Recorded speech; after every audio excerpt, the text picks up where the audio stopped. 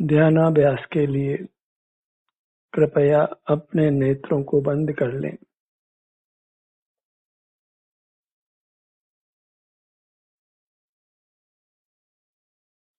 अनुपम सुख पाने के लिए अपना ध्यान अपने आप पर लाइए।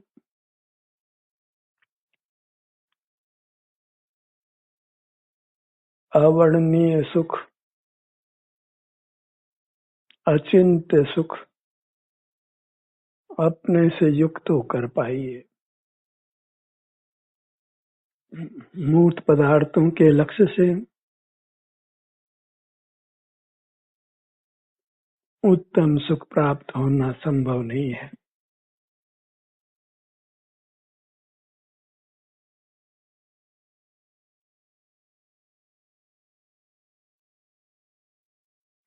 इंद्रिय सुख उत्तम नहीं है।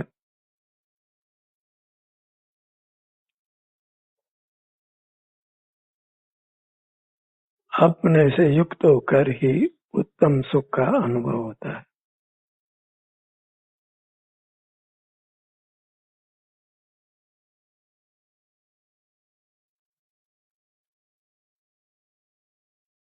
अपनी दृष्टि को अपनी मुद्रा पर ले आइए।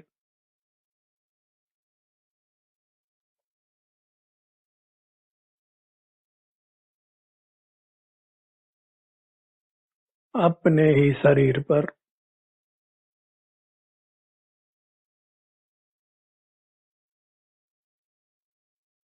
जो शरीर अमूर्त है और सुख का बना हुआ है, अपने से युक्त होकर जिस सुख की प्राप्ति होगी उसकी कल्पना करना भी संभव नहीं है।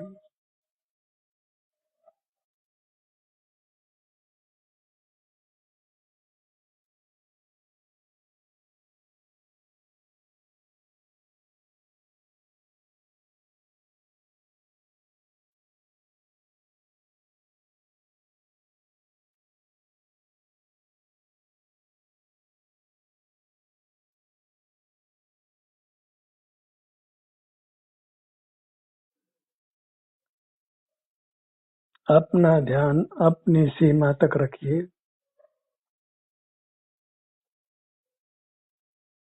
अपने शरीर तक। इतने मात्र से आप अनुपम सुख को पाते हैं।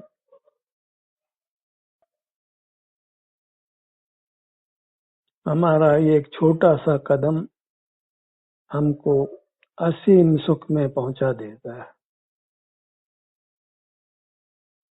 बस अपना ध्यान नेत्र बंद कर अपने शरीर पर लाने का है। भले आप शरीर के किसी भी भाग पर जाएं, आप दिव्य सुख को प्राप्त करेंगे। वचन अगोचर, कल्पना से भी अगोचर, जिसकी लोक में कोई उपमा नहीं है। बाहर की कितनी भी उपलब्धियां आप प्राप्त कर लें, आप वह सुख नहीं पा सकते हैं जो आप नेत्र बंद कर अपने शरीर से जुड़कर पाते हैं।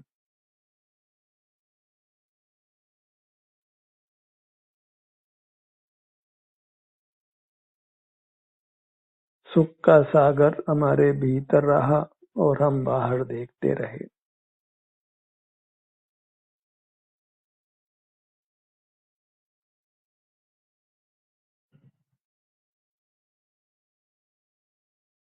हमारा रोम रोम सुख से भरा हुआ है। हर अंग हर उपांग अपार सुख का भरा हुआ है। इंद्रियां मिली और हम उनसे मूर्त पदार्थों को देखने जानने लगे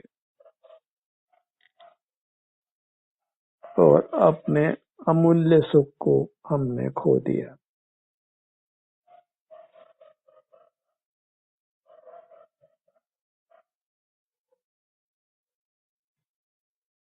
दृष्टि फैलाइए अपने शरीर पर और उस अद्भुत अनुपम सुख को प्राप्त करिए।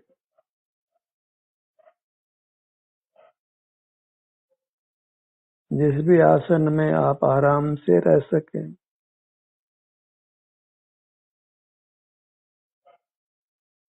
बैठ कर, खड़े रहकर, लेट कर, वो सब कोई पाबंदी नहीं है। पाबंदी बस बहिर्मुखता को रोकने की है। अंतर्मुख होना है, अपने से युक्त होना है।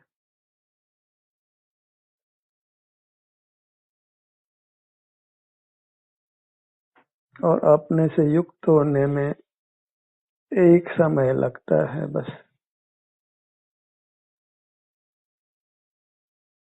जब चाहे आप अपने से युक्त हो जाइए, कोई समय नहीं लगता और आपको शांति का अनुभव होने लगता है। आपकी काया स्वस्थ रहती है।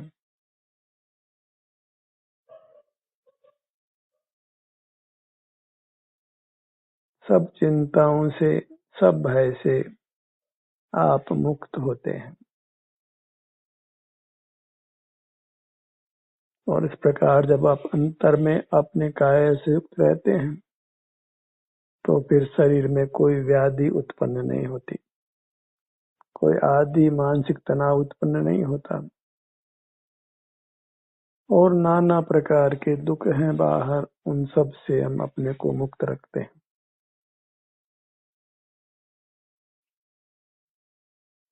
न कोई लौकिक कार्यक्रम है, न कोई पारलौकिक क्रियाकांड है, धार्मिक क्रियाकांड है।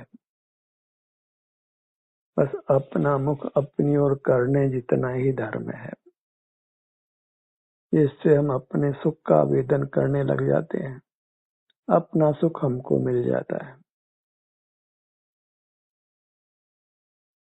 जहाँ नेत्र बंद कर हम अपने शरीर का एहसास करने लगते हैं, अंतर में ही अपने सुख को भोगने लगते हैं, अपने विभिन्न अंग भागों पर आकर, तो संसार समाप्त होने लगता है, सब दुख समाप्त होने लगते हैं।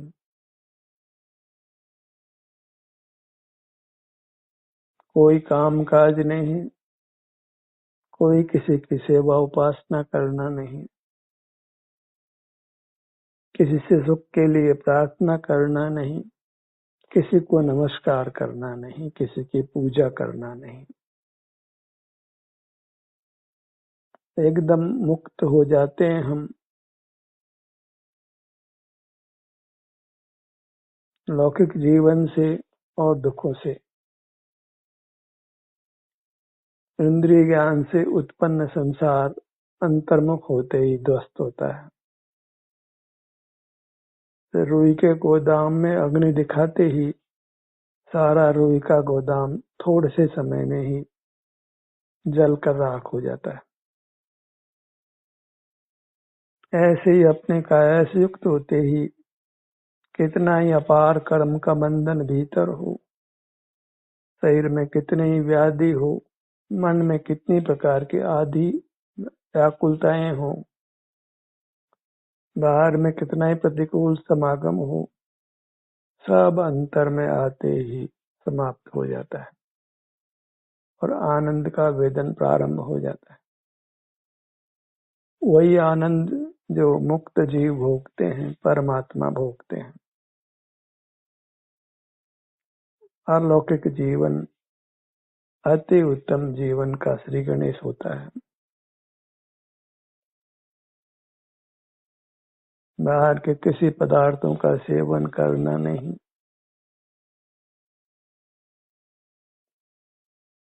सब बाहर के भोगों से, परिग्रहों से हम आत्यंतिक मुक्त होते हैं जब हम अपने ही शरीर से युक्त होकर अपने ही शरीर का एहसास करते हैं। अपने शरीर का एहसास माने अपने सुख का एहसास, अतीन्द्रिय सुख, उत्तम सुख।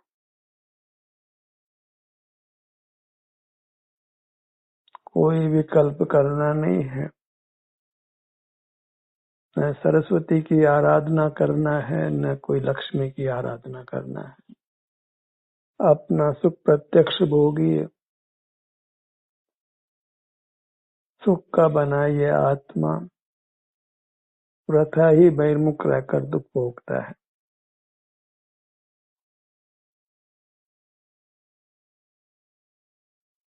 आओ चेतन निज में आओ, सुख आपको बुला रहा है।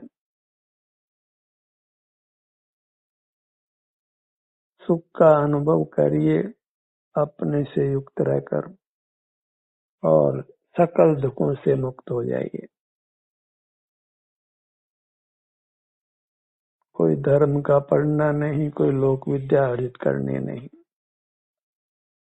अत्यंत निर्विकल्प हो जाते हैं जब हम अपने सन्मुख होते हैं।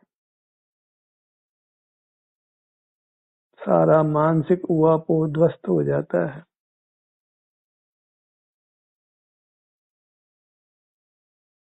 हमारी ये अमूर्त काया वज्र की हो जाती है, जिसमें फिर कर्म प्रवेश नहीं कर सकता है,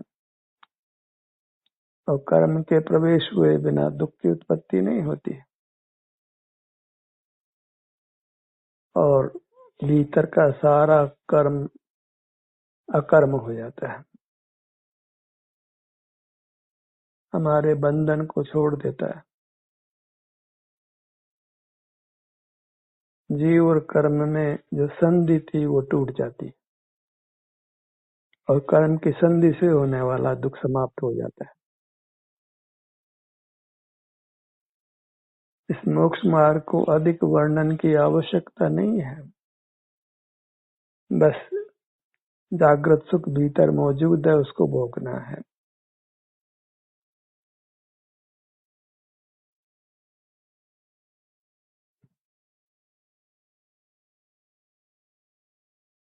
अपने ध्यान को अपने सिर के भाग पर लाइए।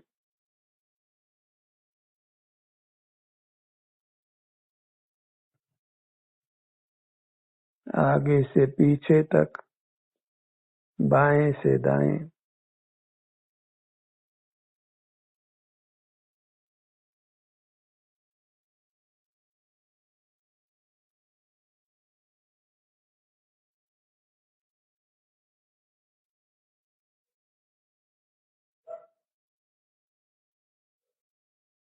ललाट के भाग पर आइए।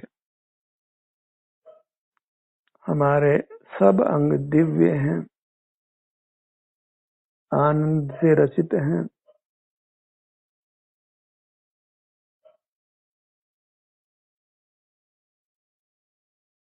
पूरी काया अमूर्त काया परमात्मा है, इसलिए उसका हर भाग, हर अंग, हर उपांग परमात्मा का भाग है, परमात्मा का अंग है, परमात्मा का उपांग है, और जीव को आनंद का अनुभव कराता है।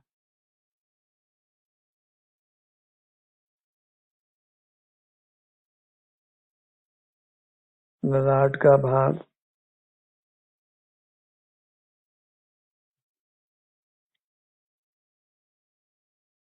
सामान्यतः हमारी काया में आराम की स्थिति होती है, फिर भी हम उसको भोगते नहीं हैं, बाहर की दुनिया में जुड़े रहते हैं।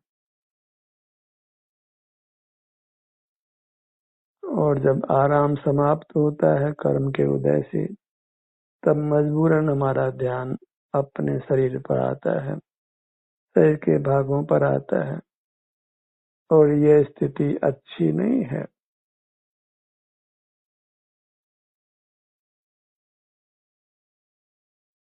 शरीर में दुख होने पर अपने से मजबूरी से युक्त होना, यह तो एक प्रकृति का उपाय है हमको बाहर से हटाने का।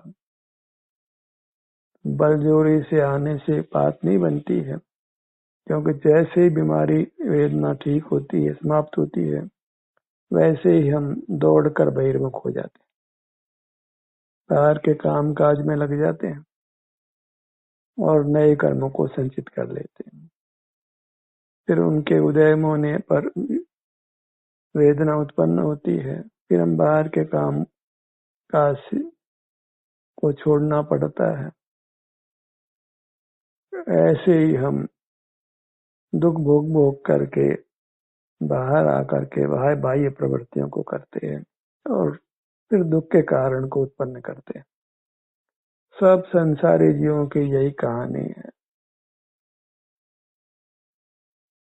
जब शरीर में आराम है तो उसको भोगना है, बाहर की दुनिया से नहीं जुड़ना है, बाहर की दुनिया के मोह में नहीं आना है, अनादि के संस्कार को मेटना है। यदि उत्तम सुख की वांछा है, दुखों से मुक्त रहना चाहते हैं, और दुख सामान्य नहीं है, असह्य दुख होते हैं, असाध्य रोग हो जाते हैं, और उन असाध्य रोगों से जीव मर भी जाता है दुख भोगते हुए, तड़पड़ाते हुए। अत्यंत सावधान हो जाइए और अपने काया से युक्त रहिए। बाहर देखना नहीं है, कुछ लाभ नहीं है सिवाय आकुलता भोगने के, तनाव भोगने के, शरीर में नाना आपदाओं को भोगने के। आदि व्याधि उपाधि सब दुख बहिर्मुखता से उत्पन्न होते हैं। दोनों भुवों का भाग और भ्रूमध्य देखिए आराम की स्थिति है। इस आराम की स्थिति को पहचानिए। हर भाग में घोर वेदना हो सकती है, वो अभी नहीं है।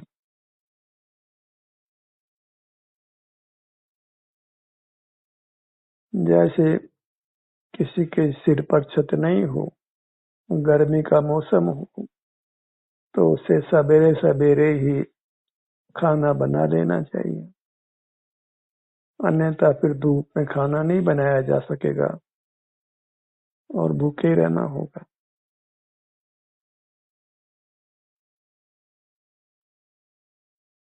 ऐसे ही जब शरीर में आराम है, तब अपने से युक्त होकर अपने में ठहर जाइए। वेदना होने पर बहुत विकल्प उत्पन्न होगा। कोई मुझे बचाए, कोई मुझे औषधि दे, ऐसा बहुत विकल्प होगा। अपने में ठहर नहीं पाएंगे। वेदना होने पर भी उपयोग आएगा, लेकिन मन बहुत विकल्प उत्पन्न करेगा, बहुत पराश्रय होगा, बहुत पराधीनता होगी। इसलिए जब अपने विभिन्न अंग उपांगों में आराम है, हर अंग के आराम को आपने भोगना है। हर अंग को स्वस्थ रखने के लिए मजबूरन वह आए, उसके पहले ही आराम की स्थिति में अपने हर अंग पर आइए और वहां के आराम की स्थिति को भोगिए। आराम माने सुख की स्थिति को भोगिए। भ्रूमध्य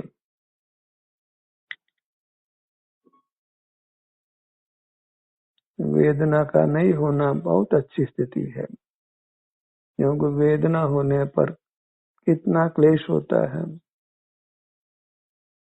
वेदना से मुक्त होने के लिए हम क्या कुछ नहीं करते हैं, सारा अर्जित धन खर्च करते हैं और ऋण लेकर भी अपनी चिकित्सा कराते हैं। ऐसी नौबत मत आने दीजिए। हर अंग के जो आराम की स्थिति है, उसका वेदन करिए।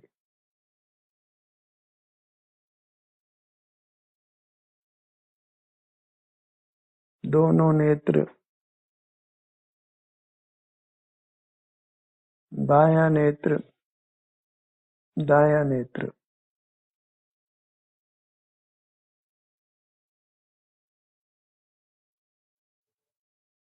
बीमारी तो कभी कभी आती है मनुष्य आयु में, प्राय आराम की स्थिति हम भोगते हैं, आराम की स्थिति रहती है, लेकिन हम बाहर की दुनिया से युक्त रहते हैं। बाहर में लाभ का हिसाब लगाते हैं, बाहर में सुख उपार्जन के साधन करते हैं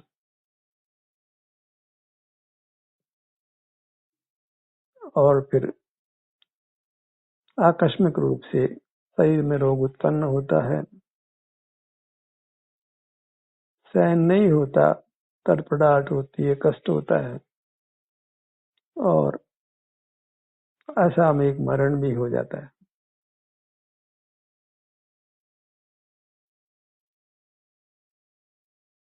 कुछ ऐसे रोग हो जाते हैं जो जीवन पर्यंत भोगने होते हैं।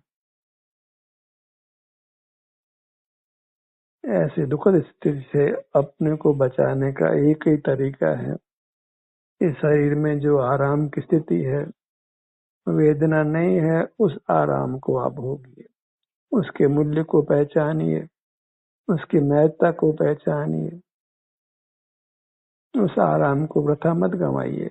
वो बहुत कीमती है, बेश कीमती है। स्वास्थ्य से बढ़कर कोई उपलब्धि नहीं है। वेदना का नहीं होना स्वास्थ्य है, वही सुख है, उसको आपने भोगना है।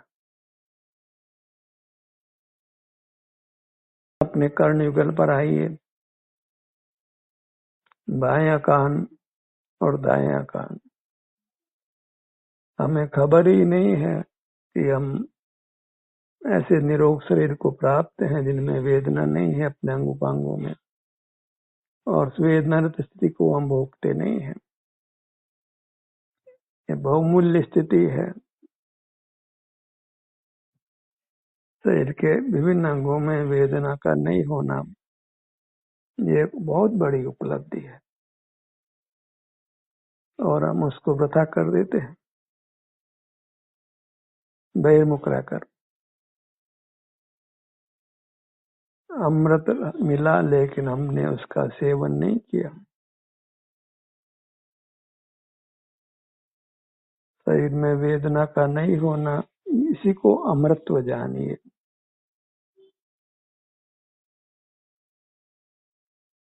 परमात्मा को भी शरीर में वेदना नहीं होती और वे उसका सेवन करते हैं, और हम हैं कि हम अपने आरोग्य की स्थिति को, वेदना स्थिति को हम भोगते नहीं हैं और जड़ पदार्थों में ही रात दिन लगे रहते हैं।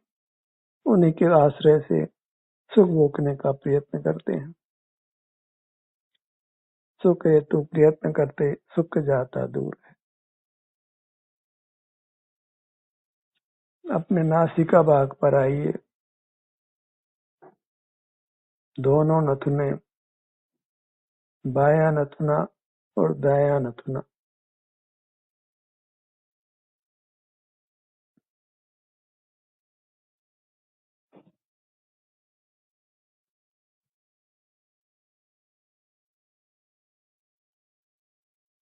प्राय हम निरोग रहते हैं और उस निरोगता का दुरुपयोग करते हैं बाहर के मूर्त पदार्थों से जुड़कर। चंदन के वृक्षों का खेत मिला और हम उसको जलाकर तापते हैं, राख बनाकर बेचते हैं। निरोग शरीर मिला, उसका अनुभव वेदन नहीं करते हैं, और जहाँ सुख नहीं है, सुख स्वभाव से रहे जड़ पदार्थों में ही अपनी पूरी शक्ति खपा देते हैं, उनसे सुख पाने की चेष्टा करते हैं।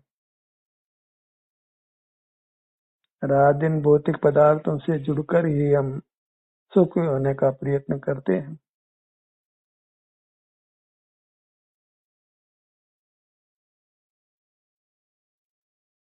अपने होठों के भाग पर आइए,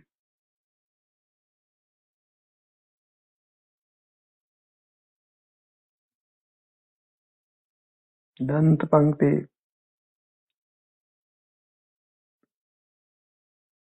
जिह्वा, तालु, कितने अंग उपांग है हमारे। अगर इनमें हम विचरण करें तो थोड़े ही काल में हम अविनाशी सुख को पा सकते हैं।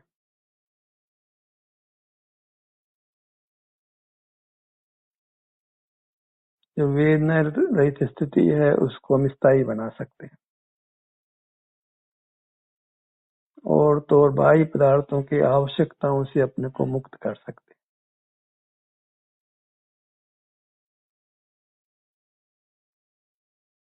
ठुड्डी का भाग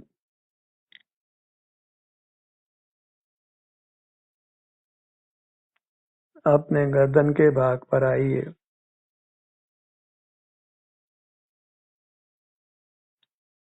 कदाचित कोई हल्की जो भी वेदना भी है तो वह हमारे अपराध से है, मूर्त पदार्थों से जुड़े रहने के कारण है।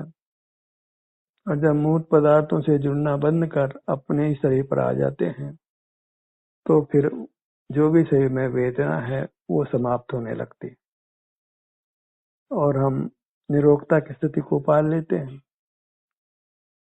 पर उस निरोगता की स्थिति को पाकर हमको फिर बाहर की दुनिया से नहीं जुड़ना है। ठगाए ठाकर बनिए, शरीर को बहुत खराब किया है, उत्तम सुख को हमने नहीं भोगा है, फिर भी हम सीख नहीं पाते हैं और बाहर की दुनिया को छोड़ते नहीं हैं। हमारा बाहर की दुनिया को पकड़ना ही हमारे सर्व दुखों का कारण है। सीने के भाग पर आइए।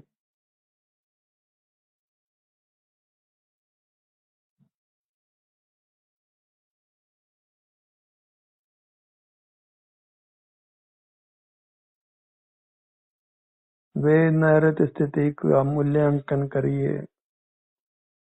अमूल्य स्थिति है ये परमात्म स्थिति है, इसको वृथा नहीं गंवाइए।